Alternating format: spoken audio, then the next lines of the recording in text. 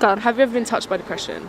I have very been touched by depression. Red hair as well. I've never really had a lot of depression at a very young age, but it's something that kind of came on as you got more towards an adult, you know, getting into this rat race and everything like that. So I was brought up quite a happy child, despite there was quite a lot of troubles in the house. I had a father who was an alcoholic up until I was about 11, and then but my mum always tried very hard to keep us away from that.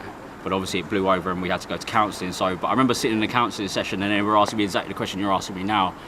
Are you depressed? And I couldn't really understand what depression really was. So then that kind of plays into the sense of then it's a kind of a mental health thing, because by not identifying depression, isn't that sort of a mental block in itself that you can't identify in yourself that you're sad? So I think my depression has really come really late for me. It took a good many years to get on with it, because it's that whole thing of when they tell men man up. That's what I was always told, man up, and you had to put your problems underneath the pillow at night and kind of just sleep on it and get up the next day and leave them under there. And it's only there, like the idea of, like, for me with depression, like the deepest thing at the moment over the last few years was going to bed at night and just being around your own thoughts.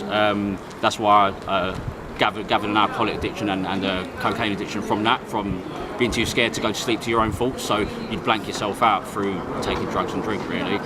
And then obviously I went a bit off the rails and that, and I'm kind of dragging myself back to myself now. So, but then with the depression, then kind of been played then with the mental health issues then that come with the depression, you know. So I've kind of not so much bipolar, but a bit more fucking like just very like high anxiety, high paranoia, and shit like that, really, to be honest with you.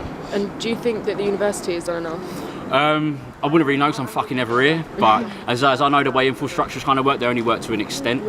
So they can only do as much as they can do within the government like structure that they're built in and within, the funding they're given. And with the funding that they're given, and also the ticking boxes that they have to tick just to get down to a final point where they realise that somebody has got mental health or depression or whatever. So to be honest with you, like in hindsight, no, I wouldn't say it is, but I wouldn't really blame it on university. I'd blame it on the whole infrastructure, the way capitalism is run. That to me kicks off mental health and depression, because without any of that, I was talking about anxiety with my mum the other day, and we said, she was like, do you feel really anxious and everything like that? I said, yeah, but I said it's not really something that's something that just comes out of you, it's something that's put upon you by the infrastructure that we live within.